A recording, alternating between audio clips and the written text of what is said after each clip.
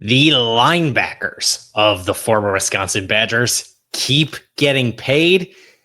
We're going to be talking about a lot of them today on our Badgers and the Bigs preview, part 4 of 4. It's the AFC and the NFC North.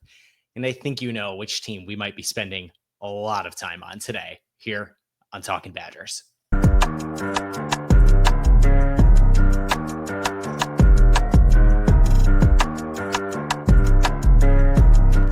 Yes, it is Talking Badgers, powered by BadgerNotes.com. I am your host, Kendric. You can follow me on all the social medias at Kendric and follow the podcast on the website formerly known as Twitter at Talking Badgers. You can watch the show, youtube.com/@TalkingBadgers. It is the Badgers and the Bigs, part 4 of 4 of our NFL preview series. We've done the AFC and the NFC East, West, South. Now we are headed north to maybe your favorite NFL team. If you are in and around from Wisconsin, no Green Bay Packer is a former Wisconsin Badger. But we have a couple of all three. No, just two of the NFC North teams covered. But of course, we have four Wisconsin Badgers in Pittsburgh. It is TJ Watt. It is Nick Herbig. It is Isaiahh Loudermilk. It is Keeanu, Benton. No Russell Wilson, as we have talked about previously. He no longer the quarterback for the Pittsburgh Steelers, but yes, for the New York Giants. But it is TJ Watt who got himself paid this offseason, got himself paid in the sum of the most money for a non-quarterback in the history of the National Football League, a 3-year extension worth $123 million, $108 million due at signing for TJ Watt, kicking us off in our little preview session here to let you know where the Badgers and the Bigs are this upcoming year before we get into the thick of football season. Clearly, TJ Watt hung around just a little bit later in the year, really needed to get the deal done in the offseason that made him the highest paid non-quarterback of all time. That seemingly being the goal, as the contract came just a little bit after some of these other guys got their deals, like a Myles Garrett. He comes just a little bit later. And man, if this isn't just an epic example of just the salary cap explosion that the NFL has experienced in recent years, particularly post 2020, post 2021, man, the cap has just exploded. And TJ Watt and JJ Watt actually make for a really good example of this. That $123 million that I mentioned over 3 years, TJ is going to earn, if he earns all of that money, that is nearly the same amount as JJ Watt earned in his 12 seasons in the league. And just 25% of the time, TJ Watt's going to earn $123 million, while JJ earned 129, just shy of $130 million. By the end of TJ's time in the NFL, he's basically going to double up JJ Watt's career earnings. And that is pretty wild. But he is the engine, of course, that makes that top 10 defense in Pittsburgh tick. League high 6 forced fumbles, 11.5 sacks. You could look at that and say that's a down year for TJ Watt as teams, try to figure out how to double him. 19 TFLs, and he's played in all 34 games over the past 2 seasons for Pittsburgh. Just phenomenal numbers for TJ Watt as he gets ready to continue carrying this Pittsburgh Steelers defense alongside Nick Herbig. Nick Herbig then backing up on the opposite outside linebacker role over there. Cannot be fun having TJ Watt at one spot. You got to stop Alex Highsmith at the other. Oh yeah, and then if one of them wants a blow, okay, here comes Nick Herbig. Well, one of the starters gets some rest on the sidelines. Maybe one of the starters just a little bit dinged up. Here comes Nick Herbig, who started 5 games last season in relief of Alex Highsmith and tallied 5.5 sacks. That's the 4th most on the Pittsburgh Steelers. 4 forced fumbles, second only to TJ. Nick Herbig headed into his 3rd year in the NFL, so he'll be eligible for an extension this upcoming offseason. Gonna be curious to see what happens there. I don't know what that's gonna look like, what the cap situation is gonna necessitate happening for Pittsburgh there. A very, very stout reserve for Pittsburgh has been Nick Herbig. You almost wonder if he might end up somewhere else just because of the excellent talent in front of him on that depth chart. But perhaps he's going to be the very next linebacker in the NFL for the Wisconsin Badgers to get himself another nice deal, as we're going to be talking about a couple more of those guys on this show today, previewing the AFC and the NFC North Wisconsin Badgers.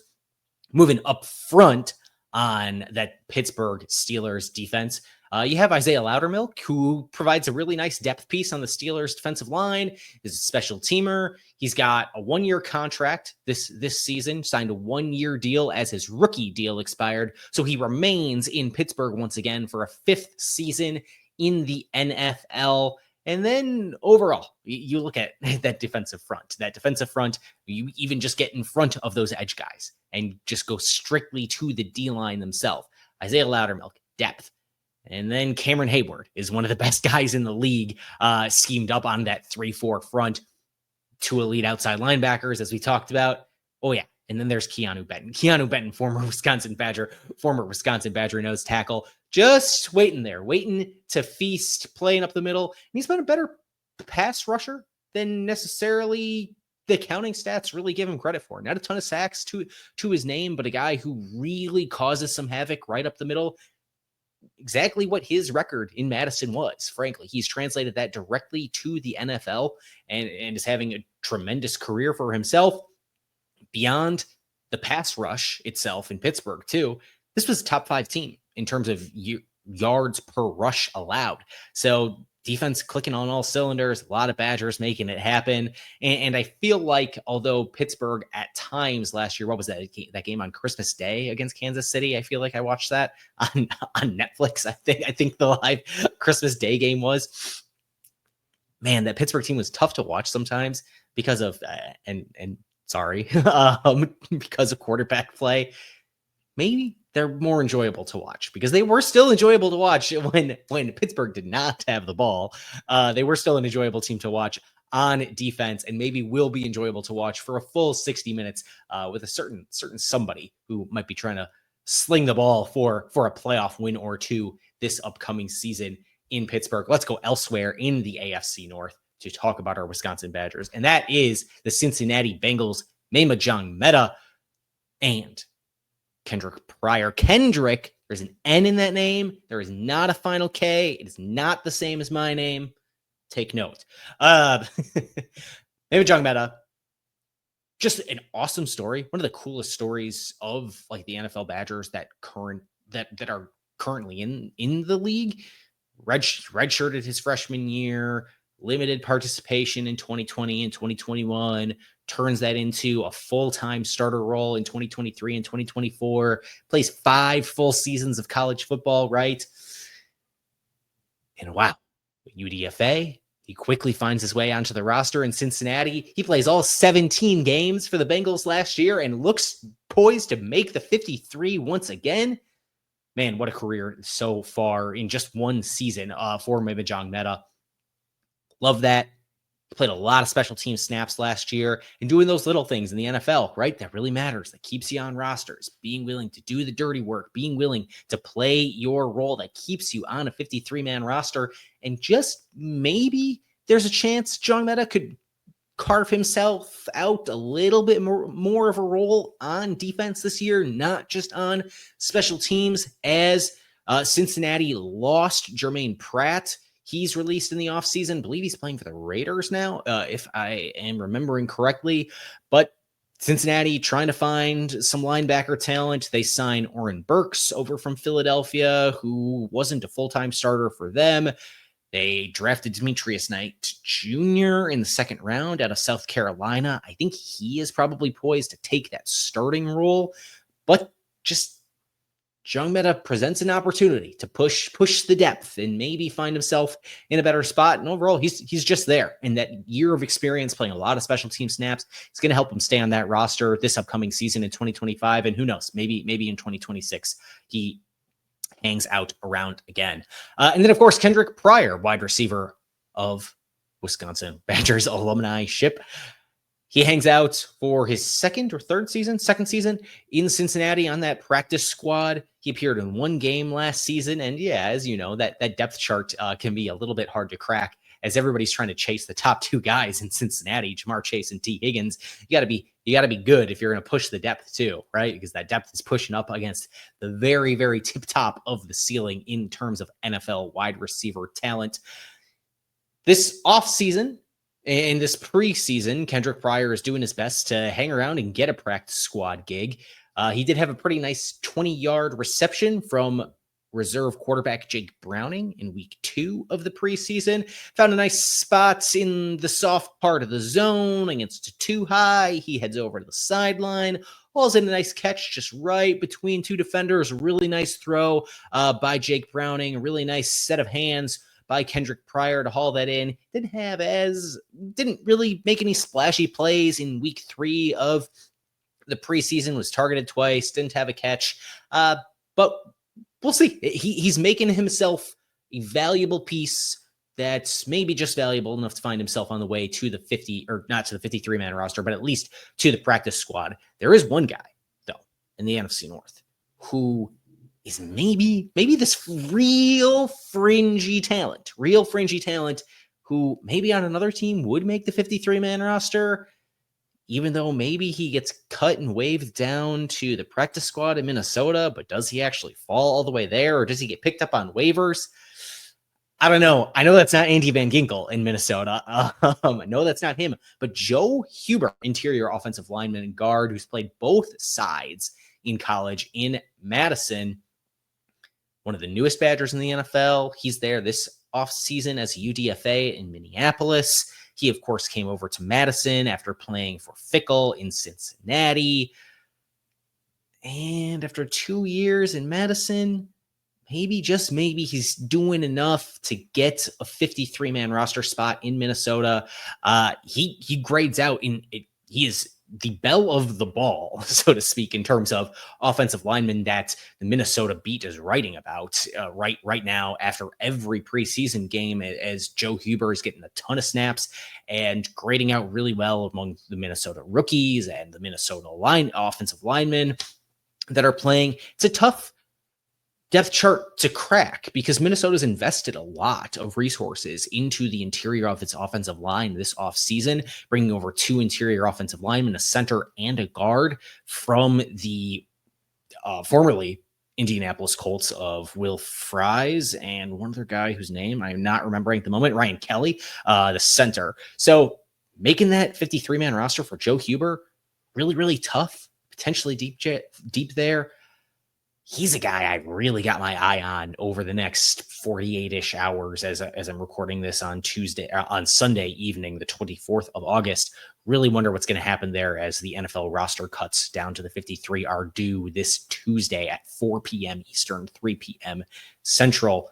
Potential waiver candidate in Joe Huber. Wonder what might happen there if he is not traded. One guy who is certainly not going to be traded from the Minnesota Vikings is Andrew Van Ginkel, another one of these linebacker types for the Wisconsin Badgers alums to tout now as, hey, there's no better recruiting tool if you are linebackers coach like Matt Mitchell or defensive coordinator Mike Tressel, and say, hey, look at all this money. Look at all this money these linebackers who played their college football inside Camp Randall Stadium are making in the NFL, and Andy Van Ginkel is no exception. He picks up a $23 million extension this off season. He gets paid.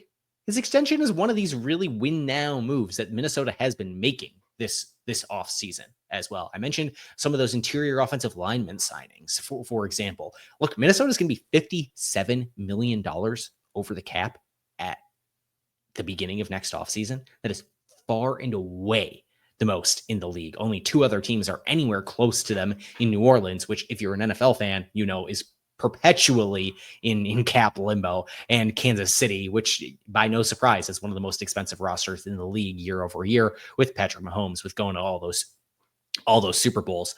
We'll see if all these win now moves pay off in Minnesota. They're certainly paying off in the form of an Andy Van Ginkel so far, who just continues to flourish under the defensive coordinatorship of Brian Flores, Van Ginkel's former head coach down in Miami.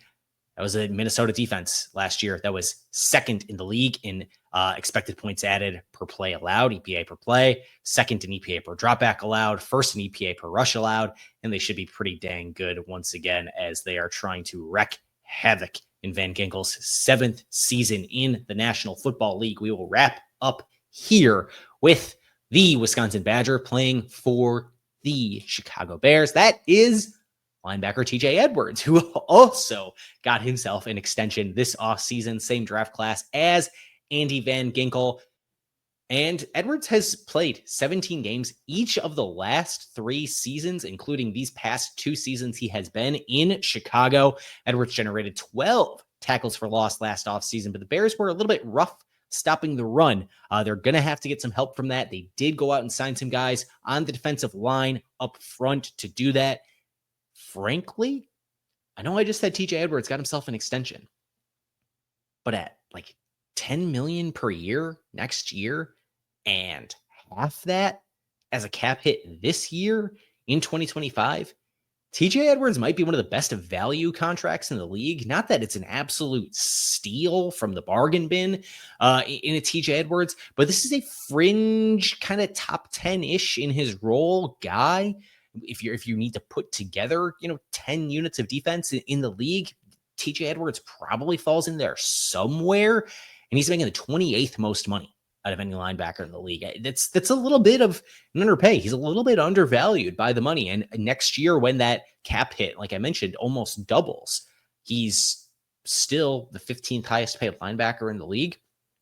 Hey, nothing to sneeze at there. And Tremaine Edmonds is even higher paid than TJ Edwards is, also linebacker for the Chicago Bears. So you're not even the highest paid linebacker on your team and arguably one of the best at what you do in the league. Not too shabby either, because Tremaine Edmonds ain't too bad at football himself. But that's going to do it for our final episode of Badgers in the Bigs as part of final preview series of our Badgers in the Bigs. We'll see if we can get an opportunity from time to time this upcoming year to check in on these fellas in the National Football League. Maybe we have to put together like a watch party of some sort. I don't know. I am spitballing right now for the Green Bay Packers Pittsburgh Steelers game, because hey, if you are a Packers fan, you're certainly interested in that game. If you're a Badgers fan, you're certainly interested in watching that Pittsburgh Steelers defense. So that's what is upcoming this year in the NFL, upcoming this week on Talkin' Badgers. Tomorrow, Luke Fickell. Tomorrow, Monday, August 25th, Luke Fickell hits the podium inside the bowels of the training complex in Madison to give his weekly press conference for the very first time. I'm sure we'll have something fascinating to take away from that as we hit game week, as we preview the game this upcoming week against Miami of Ohio Redhawks. Stay tuned to this feed, because we're going to have an announcement of the time where we might be going live on Tuesday evening with some After Dark. So tune in there as we get the guys together to preview the matchup with the Wisconsin Badgers and the Miami of Ohio Redhawks. For BadgerNotes.com, I have been Kendric Stumbrist. You can follow the podcast at Talking Badgers on the website formerly known as Twitter, and follow on YouTube, youtube.com/@TalkingBadgers. Hit the subscribe button there. That is free. You can find me, your host, at Kendric Stumbrist, and all the various social medias. Until we talk to you all again